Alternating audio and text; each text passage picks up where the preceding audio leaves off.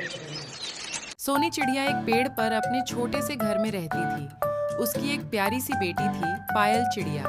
एक दिन सोनी चिड़िया जब दाने की तलाश में जा रही थी तो रास्ते में उसे कुटकुट कबूतर मिला। अरे सोनी बहन, सुबह सुबह कहाँ जा रही हो? नमस्ते कुटकुट भाई, मैं दाने की तलाश में जा रही हूँ। मेरी बेटी पायल सुबह उठते ही खाना मांगती। वो तो ठीक है बहन, लेकिन तुमने पायल की शादी के बारे में कुछ सोचा है? वह अब बड़ी हो गई है, उसकी शादी करनी चाहिए तुम्हें। हाँ कुटकुट भाई, दिन रात इसी चिंता में रहती हूँ कि बेटी का विवाह कैसे होगा। मेरी नजर में एक चिड़िया है, उसका बेटा अपनी पायल बेटी के लिए ठीक रहेगा। तुम कहो तो मैं बात करूं। वह तो ठीक है, लेकिन मैं दहेज कहाँ से लाऊंगी? आजकल बिना दहेज के शादी नहीं होती।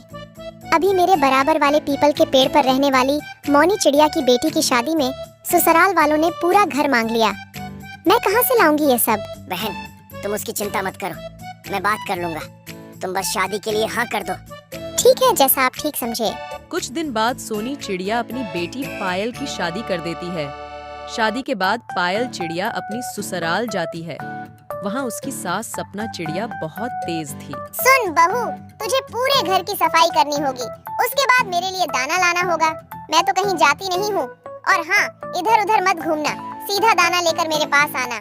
पायल रोज अपने लिए और अपनी सास के लिए दाना लाती, लेकिन उसकी सास हमेशा उसे ताने मारती रहती। सोनी चिड़िया को अपनी बेटी से मिले बहुत दिन हो गए थे। एक दिन वह अपनी बेटी से मिलने उसके ससुराल पहुंच जाती है। नमस्ते सपना बहन, कैसी हो? और पायल कहीं नजर नहीं आ रही। बाहर घूमने गई होगी तुम्हारी बेटी। किसी काम के लिए भेजो तो पूरा दिन लगा देती है। हमने तुम पर तरस खाकर बिना दहेज के शादी की, लेकिन बहू तो अच्छी मिलती। मेरे से उड़ा नहीं जाता। वह मेरे लिए दाना लेने गई है, अभी तक नहीं आई। पता नहीं क्या सिखाया है तुमने अपनी बेटी को। तभी वहाँ पायल आ जाती है। माँ को देखकर वह रोने लगती है। बेटी तू ठीक है ना? रो क्यों रही है? कुछ नहीं माँ, बस तुम्हारी याद आ रही थी। तू तो बहुत कमजोर हो गई है। सपना बहन, अगर आप कहें तो मैं पायल को कुछ दिन के लिए अपने घर ले जाऊं। हाँ हाँ ले जाओ, वैसे भी ये यहाँ कुछ करती नहीं है। सोनी चिड़िया पायल को लेकर घर आ जाती है। घर आकर पायल बहुत रोती है। माँ, वे लोग बहुत खराब हैं।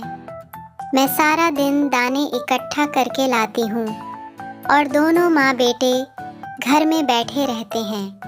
सारे दाने खा जाते हैं, मैं भूखी रह जाती हूँ। कुछ कहूँ तो मुझे दोनों मिलकर मारते हैं। मैं अब कभी वहाँ नहीं जाऊंगी।